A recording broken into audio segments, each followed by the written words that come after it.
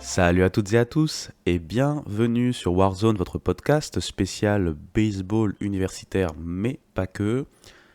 Bien content de vous retrouver alors que là, la fin mai est déjà sur nous, le temps passe tellement vite, c'est incroyable. Et avec ce temps qui passe, on a déjà les College World Series du côté féminine avec le softball. On arrive là ce week-end avec le début des Regionals, vous savez, pour le tournoi national au niveau du baseball universitaire, donc des hommes.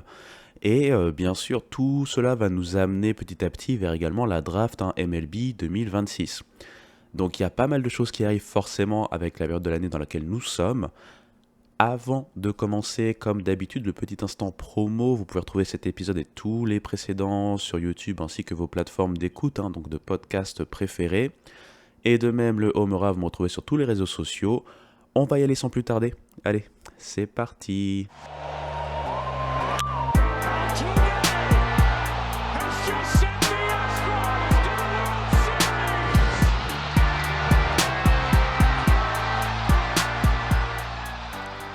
Alors, je comptais faire un épisode, vous savez, sur les 100 meilleurs joueurs de baseball universitaire de l'histoire, selon moi.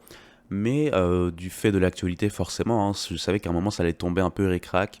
Et comme là, on a bien sûr le bracket qui a été annoncé pour les 64 équipes survivantes, qui vont donc tout simplement participer au tournoi national du collège baseball, universitaire donc.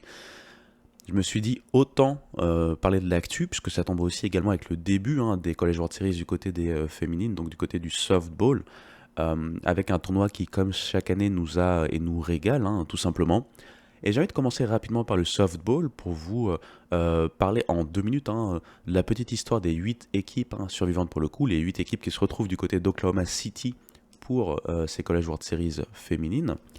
Et pourquoi? Puisque vous allez vite le comprendre, on est sur une année spéciale, puisque tout d'abord, on va directement crever l'abcès. Euh, L'équipe la plus dominante de cette dernière décennie, Oklahoma, n'est pas qualifiée.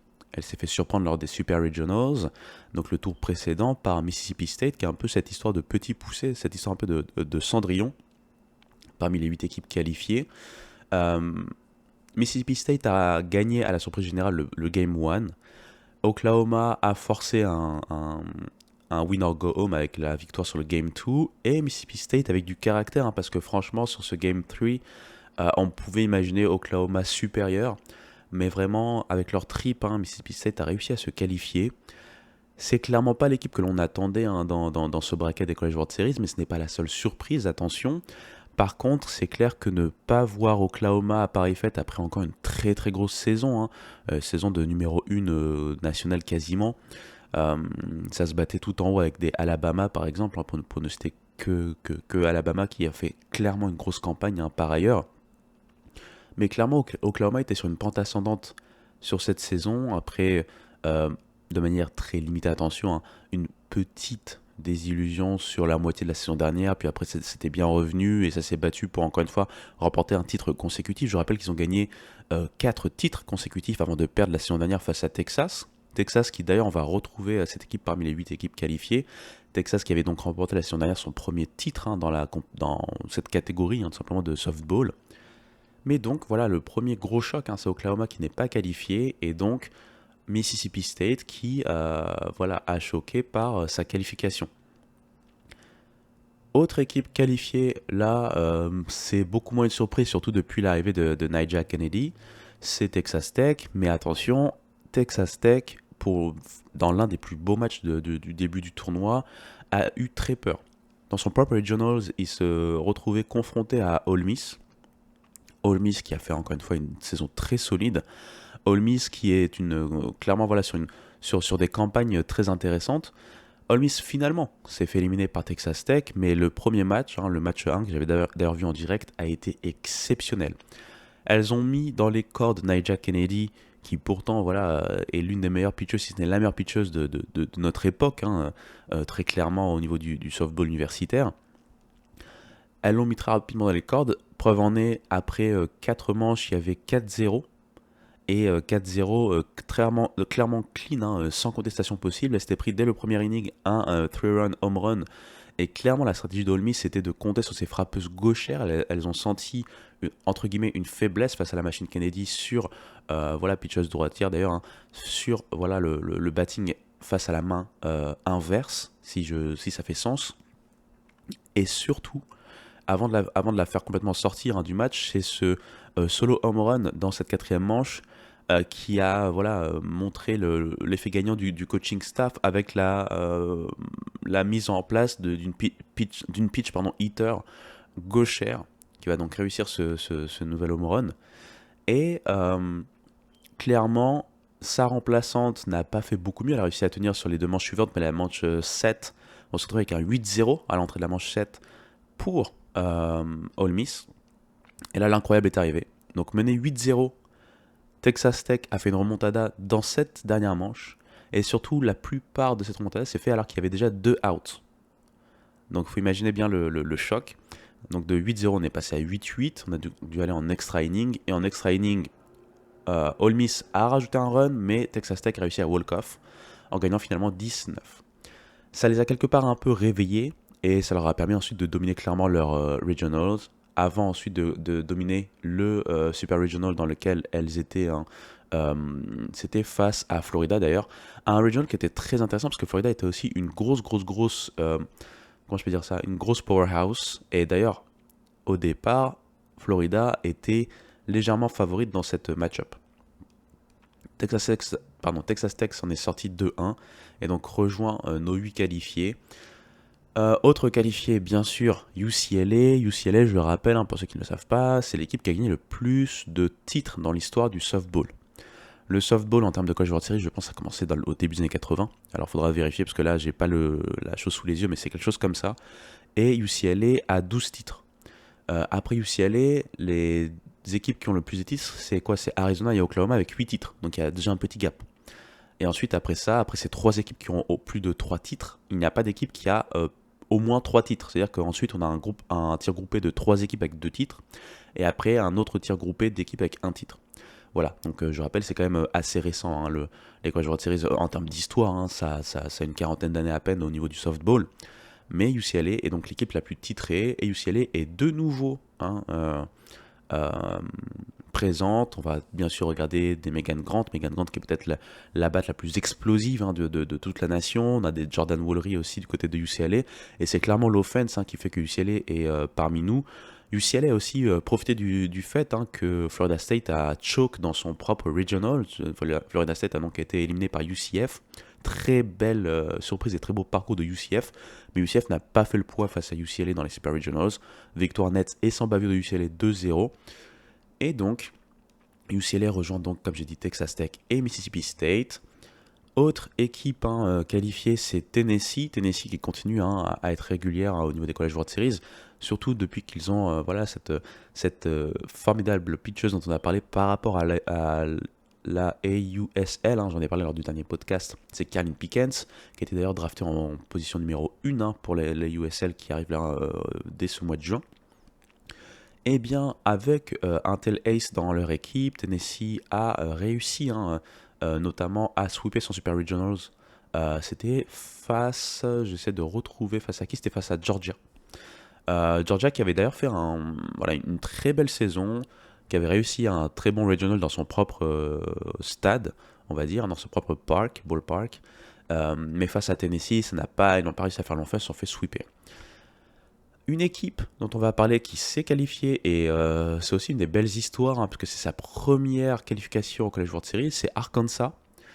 Arkansas a clairement dominé, hein, que ce soit son Regionals à Fayetteville, et surtout a dominé une équipe de Duke que l'on pouvait espérer voir montrer plus de résistance, mais Arkansas a run rule la plupart des équipes en fait. Très simplement. Run rule, je rappelle, c'est-à-dire avoir plus de 10 runs, 10 ou plus d'écart à un certain nombre de manches. En softball, je pense que c'est à la 5e manche. Si vous avez 5e ou 6e manche, si vous avez 10 runs d'avance, on run rule. C'est-à-dire que vous arrêtez le match avant la fin normale du match. En softball, c'est 7 manches. Donc Arkansas a réussi un super fit. Maintenant, forcément, avec toutes les équipes qui restent, ça va pas être facile, mais elles peuvent très, très certainement se laisser porter par ce run très dominant. Ensuite, on a Nebraska. Nebraska, lead par la meilleure joueuse de la nation cette saison, c'est Jordi Fram, hein, ex-Jordi Ball, je le rappelle, qui a gagné un titre avec Oklahoma, un ou deux d'ailleurs, avant de transférer du côté de Nebraska. Elle vient de la région, hein, elle vient de Nebraska. Malheureusement, elle s'était blessée dès son transfert et donc elle a dû attendre une saison. Comme elle avait été redshirt, bah là, elle a dépassé la seniorité, mais elle est toujours en collège softball. Et elle a fait une saison tout simplement tout feu tout flamme en tant que two-way player. Et sous son lead, les Cornhuskers ont gagné notamment 21 matchs consécutifs. Ça a été voilà, l'un des gros highlights de la saison. Elles ont aussi battu le nombre de home runs hein, en termes de record sur une saison en NCAA softball. Et elles ont gagné le titre hein, de Big Ten. On les retrouve donc au College World Series, elles qui ont dominé en fait leur Super Regionals face à Oklahoma State, hein, elles les ont sweepées, et Oklahoma State c'est pas n'importe qui. Alors c'est vrai qu'il y avait quand même en termes d'avantage, on voyait très clairement Nebraska favorite, mais on n'imaginait pas Oklahoma State se faire sweeper non plus. Donc Nebraska fait partie de nos qualifiés. Bien sûr, Texas y est, Texas c'est le champion sortant, hein, je le rappelle. Texas qui a gagné donc son premier titre avec là encore une ace de grosse qualité, c'est Tegan Cavan. On les retrouve au College World Series.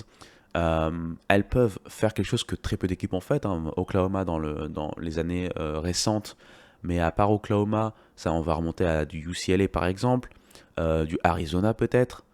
Il n'y a pas beaucoup, ou du Florida, mais il y a très peu d'équipes qui ont réussi à gagner deux ou plus de titres consécutifs, hein, au moins faire un back-to-back. Donc ça va être un peu l'histoire pour Texas, est-ce qu'ils vont réussir à avoir ce back-to-back. Rien ne va être simple pour elles, puisque certes elles font partie des favorites forcément, mais la grosse équipe de la saison c'est clairement Alabama, et donc c'est notre 8e qualifié, c'est l'équipe peut-être qui a le plus impressionné sur la saison, c'est le seed numéro 1 de ces College World Series de softball. Clairement l'équipe hein, qui a quelque chose à prouver aussi, hein. Déjà, en termes de pitching, elles ont le SEC Pitcher de l'année, c'est-à-dire que ce n'est pas Karen Pickens, ce n'est pas non plus Tegan Cavan, c'est Jocelyn Brisky. Et pour l'instant, elles sont clairement voilà, au niveau auquel on les attend, puisqu'elles ont sweepé clairement euh, leur regional et, si j'ai pas de bêtises, même les super regional. Je revérifie juste pour être sûr, mais je pense que ça a été le cas. Elles ont sweepé LSU également, donc elles ont sweepé tout ce qui leur est passé en travers de leur chemin lors de ce tournoi national, et elles font clairement figure d'épouvantail. Je rappelle qu'Alabama la saison dernière avait loupé les College World Series, n'avait pas réussi à y entrer, ça avait été clairement l'une des surprises de la saison. Et on a l'impression que cette année, il y a cet esprit de revanche, cet esprit presque de vengeance, on va dire, qui anime ce collectif d'Alabama, qui fait figure de favorite, mais attention, on le sait, le softball, le baseball en général, c'est très, ça ne pardonne pas. C'est très difficile parce que là, on a les 8 meilleures équipes de la nation qui se retrouvent, ou les 8 meilleures au point à l'instant T. On va en tout cas suivre tout ça. Alors j'enregistre, en fait, on a déjà eu le premier match, hein, puisque ça sera un spoil, puisque pour vous, le score sera déjà là. Mais vu que je vais sortir l'épisode le vendredi, il y aura déjà eu la première journée complète. Mais moi, au moment où j'enregistre, Texas Tech a battu Mississippi State. Et ça a été plutôt clean, hein, si je dis pas de bêtises. J'essaie de vous retrouver le score. 8-0. 8-0. Alors, je crois que c'est bien ça, 8-0, si je dis pas de bêtises. De toute façon, vous verrez exactement le score, mais Texas Tech a donc remporté le premier match de ces College World Series. Et donc, au moment où j'enregistre, Texas est actuellement en train de se dépatouiller face à Tennessee. Voilou, je voulais revenir rapidement sur le softball, puisqu'il y avait quand même pas mal de choses à dire, et ça tombe bien, puisque le tournoi national de college baseball commence en même temps que les College World Series de softball commencent. Donc, je trouvais que c'était intéressant de faire ce parallèle, surtout qu'on en a déjà parlé lors du dernier podcast, lors du dernier épisode hein, du softball. Et vraiment, on est sur une saison très intéressante, très dynamique. Le softball en général, c'est dynamique, mais là, cette saison est vraiment très intéressante, entre surprises, fin vraiment d'un cycle hein, pour Oklahoma, encore une fois, qui, déjà l'année dernière, n'a pas réussi à remporter le titre. Bon, après 4 titres d'affilée, je pense que c'est pas si grave, mais cette année, elle loupe les College World Series, donc on est peut-être sur le début d'un nouveau cycle hein, pour les Sooners. On va en tout cas suivre un peu tout ça, et ensuite la USL va commencer très rapidement, hein, dès la fin de ces College World Series. La USL va prendre ses droits, prendre ses aises, Et on va faire une mini pause musicale avant de donc parler de tournoi national baseball universitaire.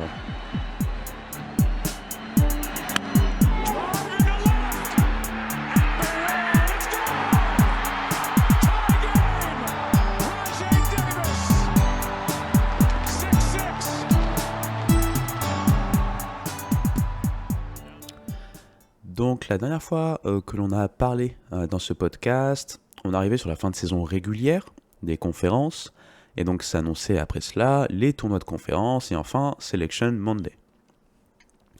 Tout ça est arrivé, avec notamment, moi j'ai pour rappel un très très beau match entre UNC et Georgia Tech pour le titre de ACC, donc des équipes qui ont en fait dominé la conférence, que ce soit en termes de saison régulière et également en termes de tournoi de conférence, avec la victoire finale de Georgia Tech dans un thriller et une revanche pour eux qui avaient été battus par North Carolina plus tôt dans la saison en termes de série de saison régulière. Il y a eu d'autres moments dans les tournois de conférence que j'ai trouvé très très très intéressants. Par exemple, en Big 12, la domination de West Virginia et de Kansas, avec un Kansas qui va donc remporter le titre, capturer non seulement le titre de saison régulière, mais également le titre de tournoi de conférence, donc une année pleine pour Kansas en Big 12. Et puis l'autre chose qui m'a profondément marqué, et ça c'est pour quelque chose dont on va parler dans quelques secondes par rapport à la sélection des 64 équipes pour le tournoi national, c'est en fait le blip, le fait que certains tournois de conférence, comment je peux dire ça, peut-être se tirent une balle dans le pied par rapport aux équipes qui peuvent ensuite être sélectionnées pour le tournoi national. Alors je m'explique très rapidement. En American Athletic, qui est donc une mid-major, on a comment je peux dire ça, un format assez particulier. La finale ne se joue qu'en un seul match. Par contre, avant ça, on a toujours une chance, si on perd un match, tant qu'on ne perd pas deux matchs, on a une chance d'être repêché. Et alors c'est ça un peu l'histoire de ce tournoi, puisqu'on a UTSA qui a donc remporté le titre de saison régulière, si je ne dis pas de bêtises, et qui a clairement dominé le tournoi de conférence. Ils ont gagné sans relâche, ils ont quasiment sweepé le tournoi de conférence, ils se sont retrouvés en finale. Ils avaient notamment battu East Carolina un tour avant, on va dire à peu près les demi-finales, mais East Carolina a donc eu le droit d'être repêché pour jouer en fait des demi-finales de repêchage, puis les demi-finales pour de nouveau être qualifié en finale. Et là ensuite, on s'est retrouvé donc à en un seul match pour la finale, et cette fois-ci c'est East Carolina qui a remporté ce match 1-0, un match qui en plus va vraiment faire rager UTSA, parce que clairement c'était un très beau match déjà en termes de pitching. UTSA aussi a loupé pas mal d'occasions avec des joueurs en scoring position. Ils n'ont pas réussi à capitaliser là-dessus. Et ECU, dans un match vraiment de traînard, ce qui les intéressait beaucoup plus grâce à leur force de pitching staff, a donc capturé ce titre de tournoi de conférence. Vous me direz, c'est pas grave, UTSA a quand même très bien joué, et quand on regarde un peu les critères de sélection par rapport au tournoi national, UTSA avait quand même toujours des chances d'être sélectionné. Mais UTSA n'a pas été sélectionné. Ça fait un peu partie des surprises. Et très clairement, East Carolina, malgré cette entre guillemets un peu loupé, au final ils ont quand même capturé le tournoi de conférence, mais surtout East Carolina, clairement, s'ils n'avaient pas remporté ce tournoi, vu leur légère meilleure position en termes de RPI, en termes d'autres métriques, et tous ces intangibles qui comptent pour les bids at large, aurait eu beaucoup plus de chances et certainement aurait été sélectionné en at large, et UTSA aurait donc eu le bid automatique, ce qui aurait fait deux équipes dans l'américaine. Là, ce n'est pas le cas. On a donc une seule équipe, c'est ECU. Et surtout, UTSA peut rager après avoir fait une très belle campagne la saison dernière. Si vous vous rappelez, ça faisait partie des belles cendrillons. Ils étaient allés jusqu'en Super Regionals du tournoi national la saison dernière. Et cette année, malgré un petit creux en milieu de saison, ils ont quand même été encore très solides, une campagne très solide. Mais encore une fois, l'état de mid-major vous fait que des fois, ça ne suffit pas. Et là, ils ont été snobés. Et donc je trouve que c'est l'une des histoires de ces tournois de conférence qui m'a fait le plus tiquer, puisque clairement le format est au désavantage d'une équipe qui a en fait dominé tout son tournoi, mais comme la finale se joue qu'en un seul match, ils n'ont pas cette possibilité de se rattraper. Alors que si vous vous rappelez, dans la plupart des autres tournois, comme je vous le dis souvent, par exemple notamment au tournoi national, on a ce qu'on appelle, c'est une sorte de round robin avec le tout elimination game. C'est-à-dire que tant que vous ne perdez pas 2 fois, vous avez toujours la chance d'être repêché, de continuer. Dès que vous perdez 2 fois, vous êtes éliminé. Je sais pas s'ils vont m'écouter, je pense pas, puisqu'ils n'écoutent pas, à mon avis, mon podcast qui ne fait pas beaucoup de vues, et en plus qui est francophone, mais je pense que ce couac est la preuve qu'il faudrait peut-être un peu changer le format de leur tournoi pour laisser un peu plus de chance à une équipe qui sweep, hein, qui gagne sans relâche jusqu'à cette position en finale, et qui perd juste la finale, et qui au final se retrouve à la place du con. Pardonnez cette expression. Mais donc, voilà pour les 3 choses principales que j'ai retenues, hein. Le reste, c'était plutôt clair et limpide. Et on a vu voilà, des tournois de conférence assez sympas. Et donc, on s'est retrouvé avec Selection Monday. Vous avez donc déjà mon petit parti pris sur cette non-sélection de UTSA. Et on a eu, bien sûr, donc, cette sélection des 64 équipes avec quelques. Et honnêtement, c'est pas dérangeant. C'est pas autant dérangeant que certaines autres années, hein.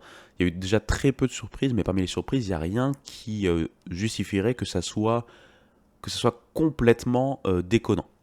Alors je m'explique. Je vais ensuite vous énoncer en fait les 64 équipes, mais directement par regional, hein. Ça va être un peu plus rapide, sinon on va être là pendant des années. Mais de ce qu'on voit, la plus grosse surprise dans les équipes qui ne sont pas présentes, c'est Mercer. Mercer revient souvent. Pourquoi ? Mercer a tout fait pour être éligible même en at-large.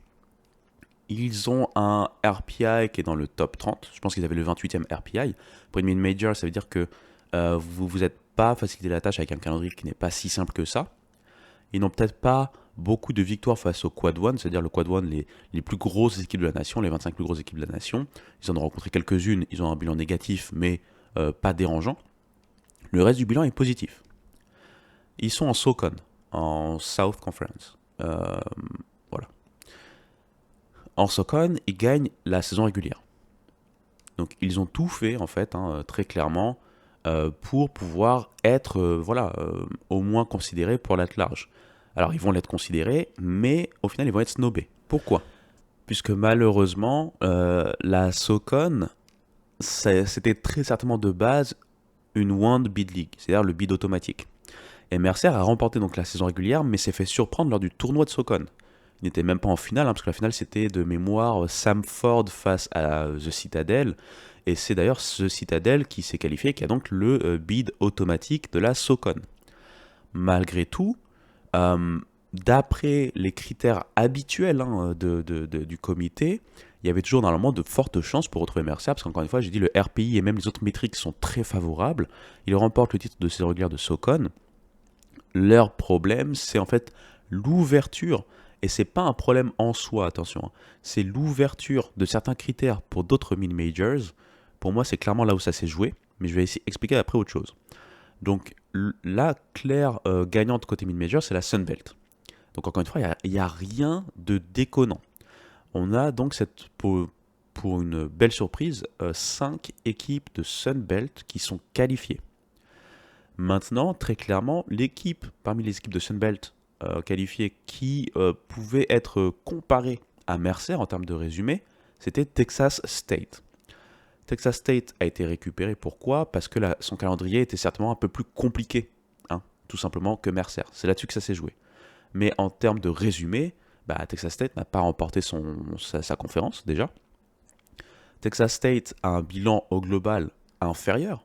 Je parle en termes purement numériques, c'est-à-dire de victoire-défaite.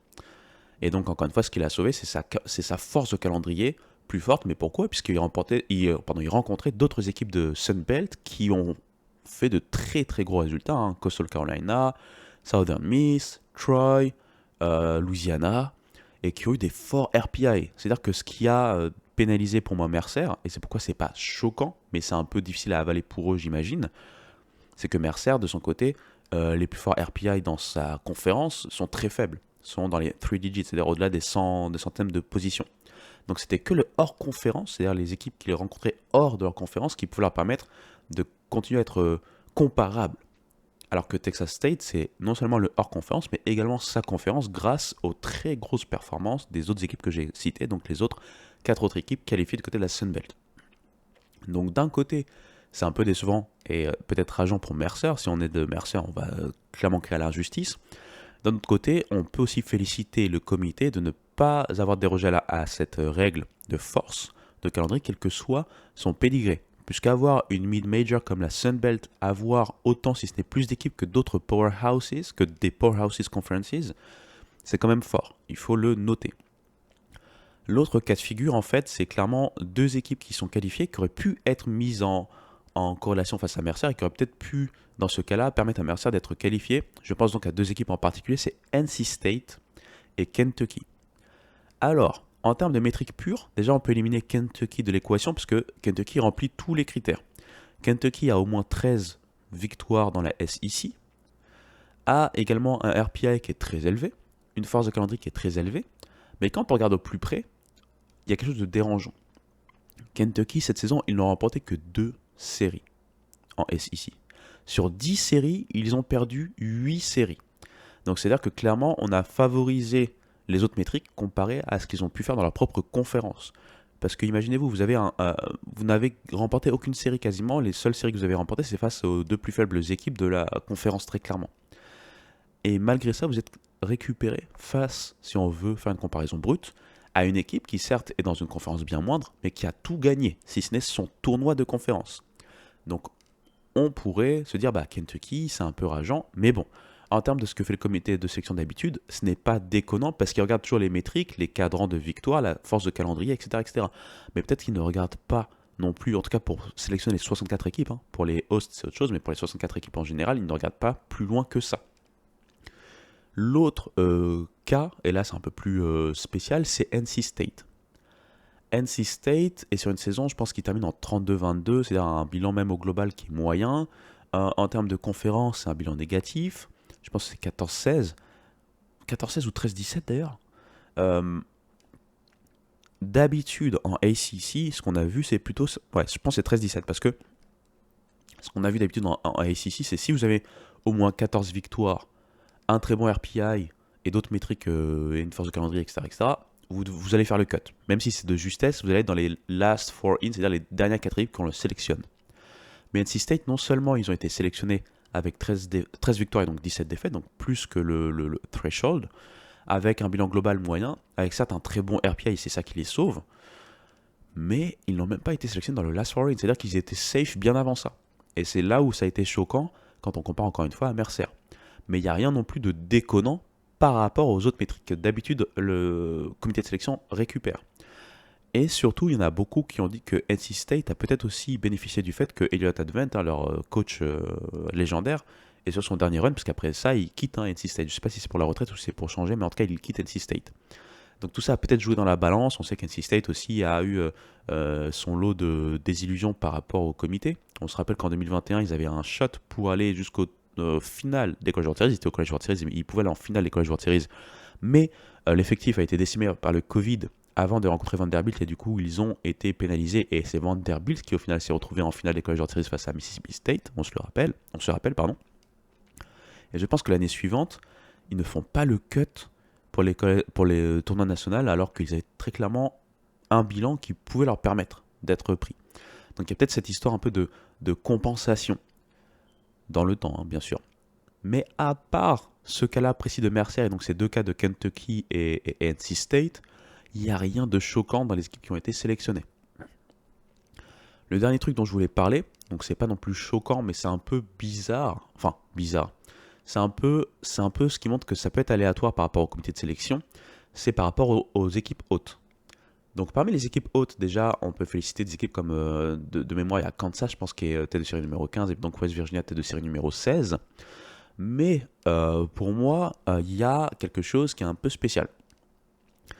On a vu par exemple une équipe comme USC finir à ne pas être haute. Et ça peut faire sens dans le sens où même s'ils ont un top 10 en termes de RPI et d'autres métriques, ils ont des défaites dans leur conférence qui font tâche. Ça c'est un. Et surtout ils ont un bilan face au cadran 1, donc les 25 meilleures équipes de la nation, très négatif. Je pense que c'est une victoire, 11 défaites. Donc ça fait sens. Mais à contrario, on a Mississippi State qui se retrouve avec pas un bilan similaire, mais un bilan négatif face au Q1 et qui se retrouve haute, alors que Arkansas à bilan quasiment équivalent et avec un meilleur bilan face au Q1 se retrouve à ne pas être haute. Donc encore une fois, ce n'est pas choquant, puisque dans les autres métriques, Mississippi State, un très bon RPI, etc., a clairement un pedigree de host, mais si ce n'est ce record face au Q1. Et surtout, c'est pas consistant ou c'est pas constant par rapport à ce qu'on voit pour une décision face à USC, qui a un bilan similaire à Mississippi State, peut-être plus de défaites face aux équipes de Quadrant 1, c'était clairement une débâcle. Mais Mississippi State, c'est pas beaucoup mieux. Et c'est moins bon qu'Arkansas face à ce fameux Q1 en termes de calendrier. Et pourtant, c'est Mississippi State qui est haute, alors que Arkansas se retrouve à ne pas être haute et donc se retrouve forcément un peu, entre guillemets, pénalisé. Ce n'est pas choquant, mais c'est la dernière chose que je voulais noter parmi les décisions qui, comme chaque année, vont toujours faire parler. À partir du moment où vous êtes dans un sport ou dans une discipline, dans les disciplines universitaires américaines, où vous vous retrouvez toujours à la merci d'un comité de sélection, il y aura toujours des facilités de discuter quoi que ce soit. À la différence de si vous gagnez votre ticket par rapport à quelque chose de factuel, par exemple vous remportez un tournoi et donc vous êtes qualifié, là personne n'aura rien à redire. Voilou pour les choses sur lesquelles je voulais revenir avant donc de parler des 64 équipes. On va parler directement par regional en parlant du numéro 1 jusqu'au numéro 16 et donc chaque regional du numéro 1 au numéro 16, on va les décortiquer rapidement, mais je vais faire une petite pause pour aller prendre de l'eau et me moucher tout simplement et je reviens.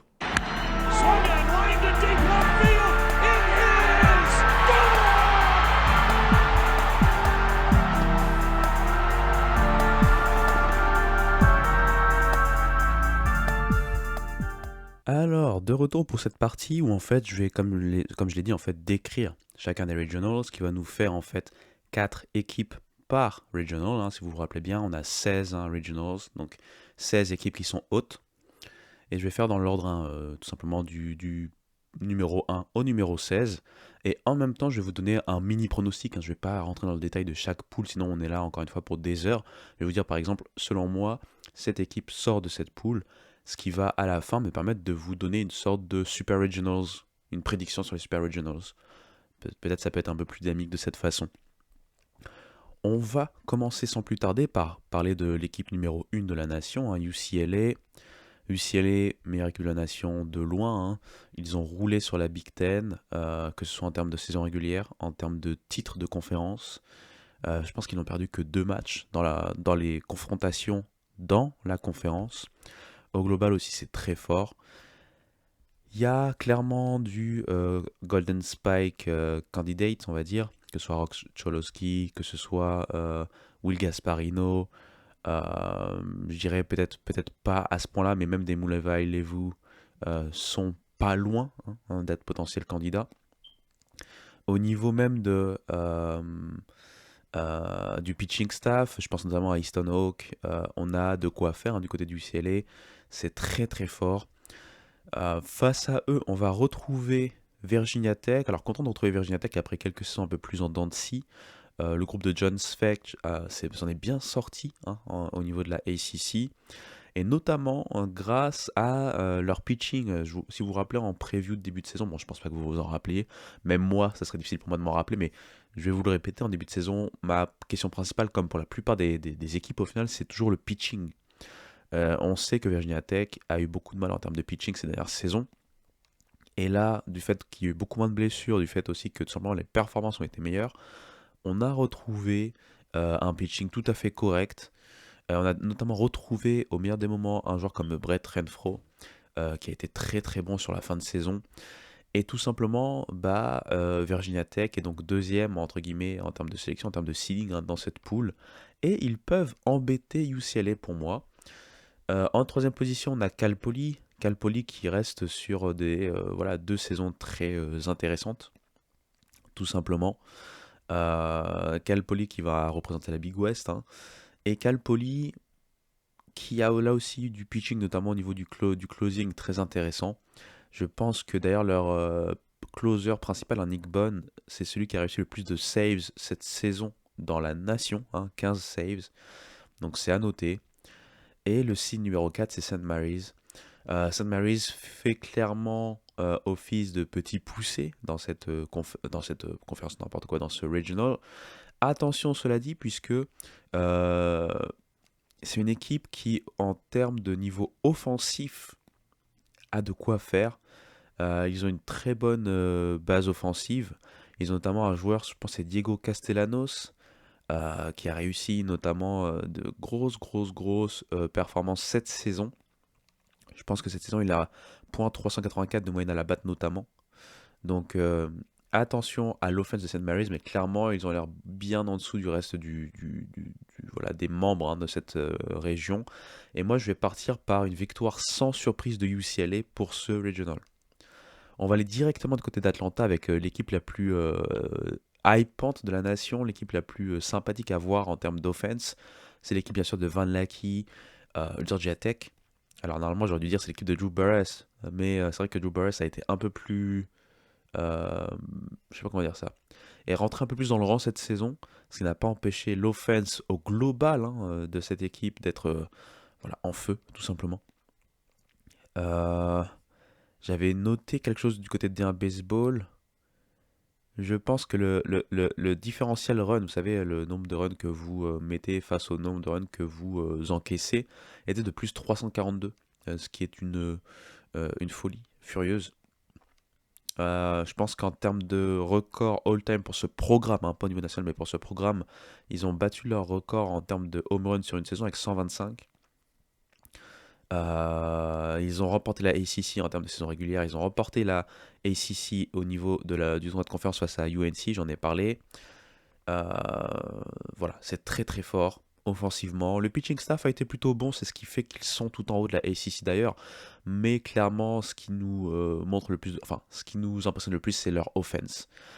Voilà pour Georgia Tech. Ils vont quand même avoir maille à partir avec Oklahoma.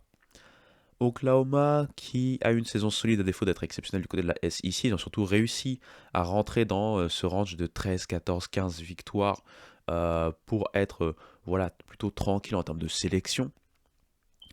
Euh, Ils ont un pitching staff qui a voilà, soufflé le chaud et le froid. Euh, donc on va voir comment ça va se passer. Ils ont par contre au niveau de l'offense montré de belles surprises. Notamment, alors j'avais noté un joueur, c'était grâce à un baseball, c'est Dayton Lachance. D'ailleurs, cette année, si vous voulez savoir un truc, il y a vraiment une streak du côté des catchers au niveau du college baseball qui a été très intéressante, notamment les catchers juniors. Et donc Dayton Lachance, c'est un catcher junior. L'année dernière, il était en JUCO, ce qui nous permet toujours de rebondir sur le JUCO, qui est une belle usine à former des futurs talents, pourquoi pas même pour la draft. Il est à McLennan, qui est d'un des community college les plus référencés du JUCO. Et l'année dernière, c'était 21 home runs en JUCO. Cette saison, il a réussi aussi à se montrer, notamment sur la fin de saison avec Oklahoma. Donc attention à Georgia Tech par rapport à Oklahoma. The Citadel, c'est un peu la surprise, honnêtement. Euh, The Citadel, on les attendait pas remporter la SoCon en termes de tournoi. Ils ont remporté le tournoi. C'est ce qui leur permet d'être là. On a parlé notamment de Mercer qui s'est fait un peu avoir, entre guillemets. Après, c'était à Mercer aussi de remporter son tournoi pour éviter toute question. Euh, donc là, donc Citadel est là. Ils ont battu Samford notamment. Euh, Ce qui est intéressant pour eux, c'est leur offense sur la deuxième partie de saison et notamment sur ces dernières semaines. Est-ce qu'ils vont pouvoir, parce que vous savez, le baseball c'est un sport de momentum, donc est-ce qu'ils vont pouvoir carry ce momentum offensif dans ce regional d'Atlanta? C'est là toute la question et c'est de là que va dépendre pour eux leur performance face à notamment Oklahoma lors de leur première match-up dans ce regional. Et le petit poussé, c'est UIC, c'est Illinois-Chicago qui remporte en fait sa conférence, c'est ce qui leur permet d'être là. Clairement, le petit poussé, je les connais pas bien pour être honnête, donc j'ai pas grand chose à vous dire sur eux. Je pense qu'ils avaient un pitcher qui a été bon, j'avais noté ça, 3,47 diarrhée, ouais, voilà. Alors, il s'appelle Mason Lay, c'est leur ace, il a eu 3,47 diarrhée, mais c'est pas non plus exceptionnel, mais c'est malgré tout leur meilleur pitcher. On verra ce que ça donne, mais là aussi je vois pas de surprise. Malgré Oklahoma, je pense que Georgia Tech va s'en sortir dans son regional. Et on va aller pas loin d'ici, on va aller à Athens, donc toujours en Géorgie, puisqu'on va aller du côté de la tête de série numéro 3 qui est Georgia. Georgia a le frontrunner quand on parle de Golden Spikes, pour l'instant le meilleur joueur de la saison, Daniel Jackson, receveur encore une fois. Les catchers à l'honneur cette saison. C'était quoi cette saison? C'est 27 home runs, 28 bases volées, 12 doubles, c'est quoi? C'est 384 de moyenne à la batte, 486 d'OBP, 785 de slugging percentage. Euh, voilà.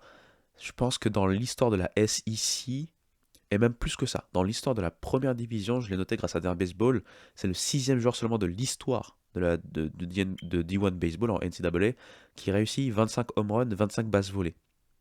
Voilà. Et donc, il a eu bien sûr hein, le SEC Player de l'année, tout simplement.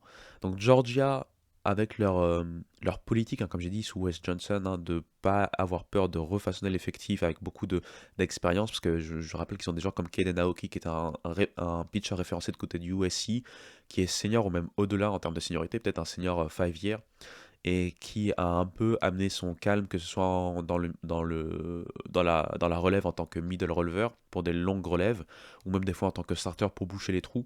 Il a en fait highlighté un pitching staff qui a été très solide, et il a surtout highlighté un groupe qui, comme j'ai dit, grâce au transfert, est très expérimenté, et qui peut clairement, selon moi, aller très loin. Alors bien sûr, c'est un peu la loterie, hein. Ça se trouve, ils vont se faire éliminer dès le premier tour, et vous allez me dire, ah bah tu nous avais dit.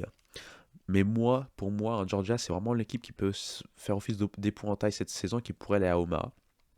Donc très clairement, dans leur regional, je vois d'office s'en sortir, mais face à eux, attention à Boston College. Boston College qui a fait surtout un très très bon début de saison. La deuxième partie de saison a été un peu plus en mode rentrée dans le rang.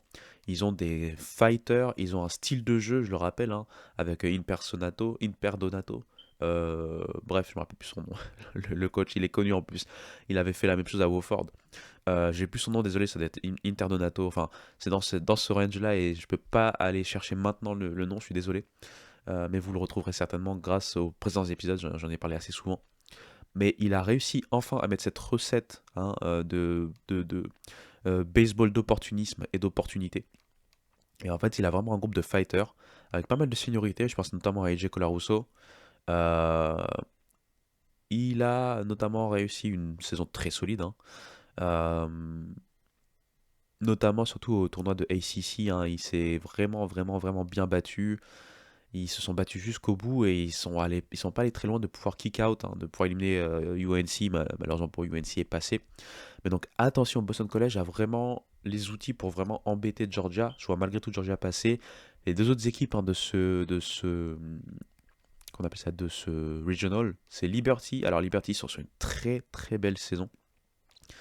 Liberty, ils sont allés jusqu'au tournoi hein, de finale de tournoi de conférence de la CUSA. Et donc ils gagnent le bid at large, si je dis pas de bêtises. Ils étaient face à Jacksonville State. D'ailleurs, Jacksonville State a remporté, et ça a remporté ce tournoi de CUSA. Ça permet de la CUSA, un peu à l'instar par exemple de la Sun Belt, d'avoir plusieurs représentants de sa conférence lors du tournoi national. Mais donc Liberty est là. Liberty, c'est une équipe très forte à l'extérieur. Donc attention, malgré tout, je ne les vois pas peser malheureusement. Et Long Island, c'est le petit poussé qui remporte en fait hein, tout simplement la NEC, hein, son tournoi. Donc c'est ce qui leur permet d'être ici. J'ai pas assez d'informations sur eux, donc je vais pas trop parler d'eux. Mais pour moi, Georgia va passer. Attention à Boston College et Liberty, mais normalement, Georgia devrait réussir à s'en sortir.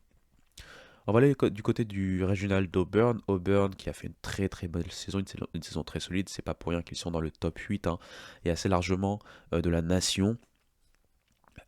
C'est une équipe qui a réussi surtout tout au long de la saison euh, comment je peux dire ça? À rester, on va dire, solide, malgré des fois des pépins physiques et autres, mais à rester solide des deux côtés, hein, que ce soit en termes de pitching, en termes aussi de line-up, en termes donc d'offense. Euh, ça a été très intéressant pour eux.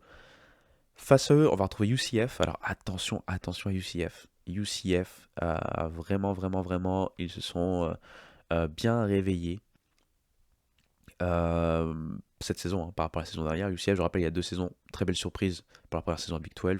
La saison dernière, ça a été un peu le retour de bâton. Et cette saison, ils ont notamment réussi des grosses performances face à Oklahoma State, face à Arizona, face à TCU, tout ça en Big 12. Euh, voilà. Ça a été une très très belle saison pour eux, même si c'est vrai que la deuxième partie de saison a été un peu plus, encore une fois, rentrée dans le rang. On espère qu'ils vont pouvoir récupérer ce momentum qu'ils avaient surtout en début de saison pour pouvoir poser des problèmes à Auburn. Face à UCF et à Auburn, on a NC State. NC State, je viens d'en parler, hein. L'équipe de Elliott Advent. qui a été sélectionné, même si ça n'a pas été une grosse saison pour eux.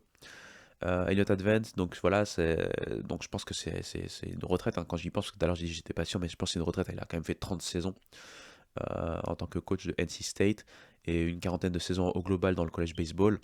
Donc j'imagine que c'est plus que c'est une retraite. Il va vouloir partir en beauté.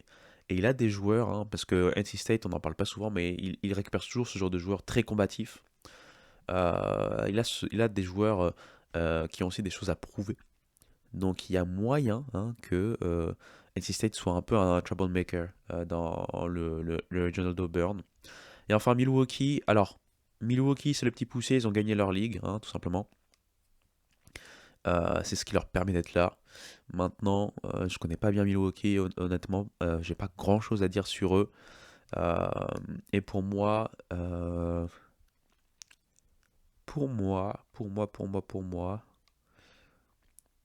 allez, j'ai envie de dire qu'il n'y aura pas de surprise. Allez, je réfléchis.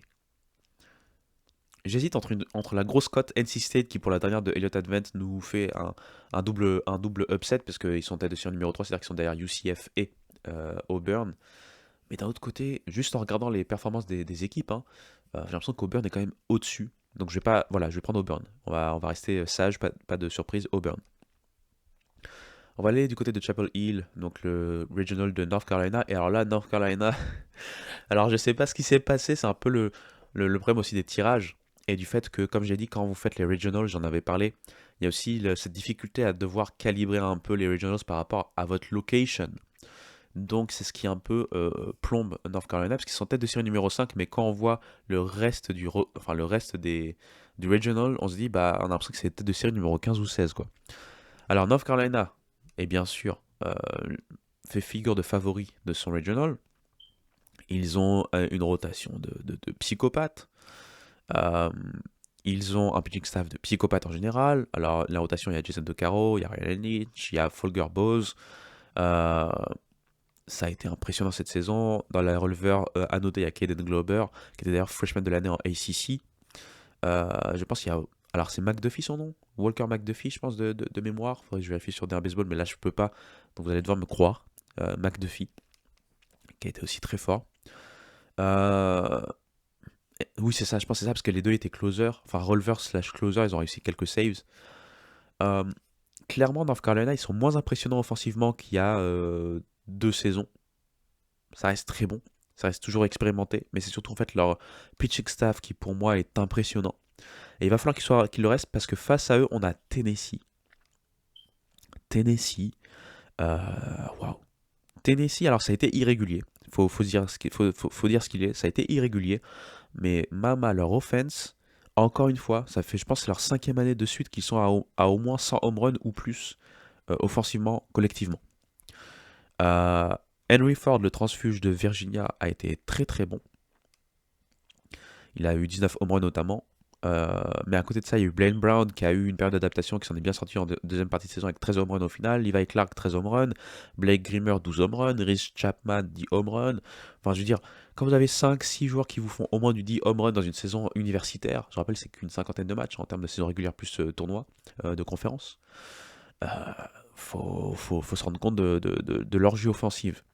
Et donc, North Carolina, si Tennessee se dépatouille de East Carolina, parce qu'on va parler aussi de East Carolina, il va avoir fort à faire. Mais North Carolina, son premier match est face à VCU. Donc je vais directement parler de la tête de série numéro 4, VCU, qui est donc entre guillemets le petit poussé de cette poule-là. Mais c'était la meilleure équipe de l'Atlantic 10. Et VCU, c'est une équipe qui a l'habitude de faire des belles choses en tournoi national. C'est une équipe qui a l'habitude d'être en tournoi national. VCU, moi qui suis à Richmond, ils sont très connus parce que c'est la fac publique de Richmond. Hein. On a deux facs en fait à Richmond, il y a VCU et il y a Richmond. Les deux sont dans la même conférence d'ailleurs en Atlantic 10.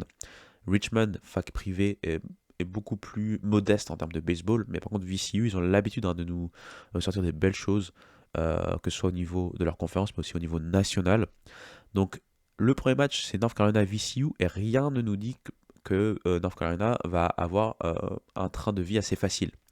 Mais là, après s'ils arrivent à éliminer VCU, enfin en tout cas à battre VCU sur ce premier match, ils se retrouveront face au vainqueur de East Carolina, donc on va parler très rapidement d'eux, et de Tennessee. East Carolina, très rapidement, Ethan Norby, 120 strikeouts sur la saison. Il a été le meilleur joueur du tournoi de la conférence américaine, ce qui leur a permis notamment de, de voler un peu UDSA, on en a parlé tout à l'heure. Ethan Norby, il fait partie en fait de cette représentation de ce qu'est ECU, pardon, à savoir former de très bons pitchers. On rappelle encore une fois Trey Savage, hein, la sensation des Blue Jays la saison dernière, il vient d'ECU, hein, pour ne citer que lui. Et Ethan Norby et sa bande vont encore une fois jouer un peu les troubles faits. Donc dans cette poule qui est très... Alors, North Carolina fait toujours figure de faveur encore une fois, mais c'est très indécis parce que Tennessee, il n'y a rien qui me dit que Tennessee en termes d'offense est en dessous de North Carolina, bien au contraire. Par contre, en termes de pitching staff, c'est là où ça peut être un peu plus délicat. East Carolina, en termes de pitching staff, alors il y a des métriques qui me disent qu'ils sont en dessous de North Carolina, mais pas de beaucoup, en fait. Donc très clairement, c'est la première poule où c'est très difficile de sortir un vainqueur. La facilité serait de sortir avec North Carolina, puisque c'est la tête de série, c'est chez eux. Et moi, j'ai envie de dire que Tennessee va passer. Moi, je mets Tennessee ici. Première surprise, première upset. On va du côté de Texas maintenant. Alors, Texas, donc on sera au Regional d'Austin. Texas, encore une saison très solide avec la SEC. Certes, ils ne l'ont pas remporté cette fois-ci, mais encore une fois, ça a été une très très grosse saison pour eux.